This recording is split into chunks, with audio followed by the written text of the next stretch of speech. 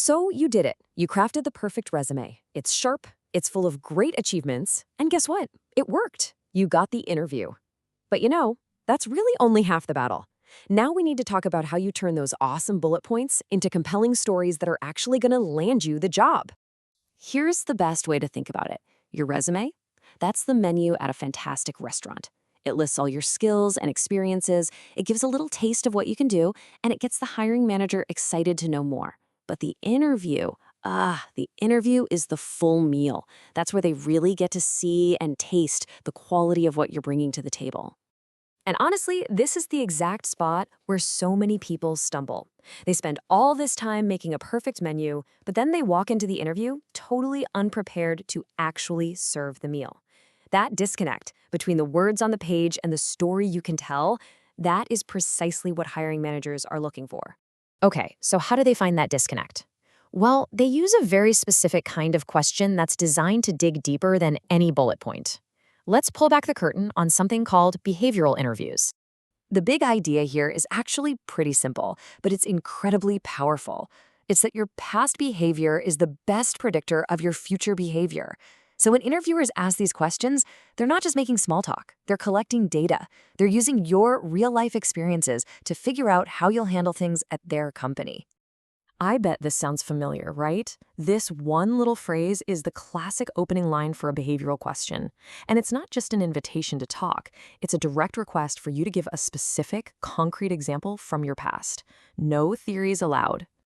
And it's not just that one phrase. You'll hear all sorts of variations, but they follow a clear pattern. Give me an example of. Describe a situation where. How did you handle? The goal is always, always the same. They want a story. So if they want a story, how do you make sure you tell a great one? You definitely don't want to just ramble on. You need a framework. And the absolute gold standard for this is the STAR method. Think of it as your secret weapon for giving answers that are clear, powerful, and to the point. The beauty of STAR is how simple it is. It breaks your story into 4 key parts. First, S is for situation. You quickly set the scene. What was the context? What was the challenge? Then, T is for task. You explain what you were responsible for. What was your specific goal? Next, A is for action, and listen, this is the most important part. You describe the specific steps you took. And finally, R is for result. You share the outcome. What happened because of your actions? And if you can use numbers here, even better. All right, enough theory. Let's get practical.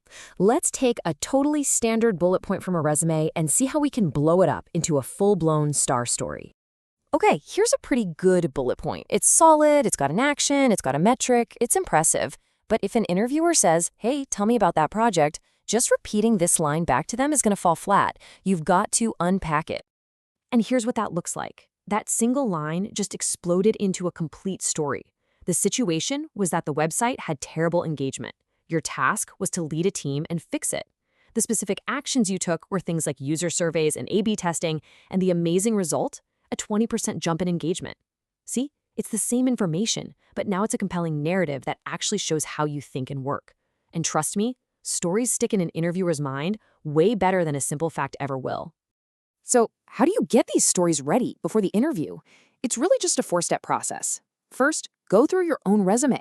Every bullet point could be a story. Second, look for key themes, like leadership or problem solving.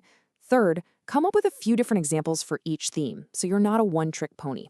And finally, and this is crucial, practice telling them out loud until they sound natural. Okay, now that you have the ingredients for a great story, we have to talk about the presentation.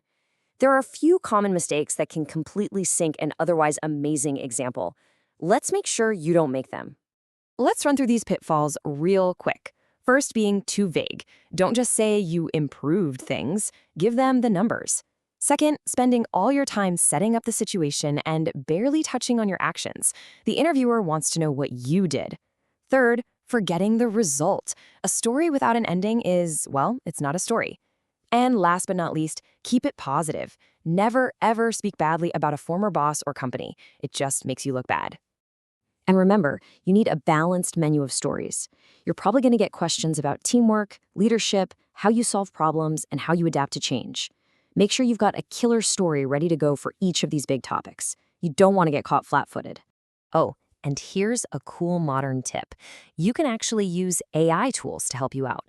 Some career platforms can scan the job description you're applying to and literally suggest which of your experiences and which of your star stories are going to be the most relevant and impressive to that specific interviewer. Now, for all my talk about the STAR method, remember it's a framework, not a script you have to read word for word. The most important things are still the basics. Listen carefully to the actual question, be your authentic self, and always try to connect your story back to what this specific company needs. So let's bring it all home. Your resume, that's the menu that gets you in the door. But it's your ability to tell compelling stories about what you've done that truly sells the meal. It's time to stop just listing what you can do and start showing them. It's time to serve your story. And that leaves us with one last question. And this one's for you. Take a look at your own resume right now, your own menu of skills. What's the absolute best story you have to tell? Find it, because that's the one you should start practicing with today.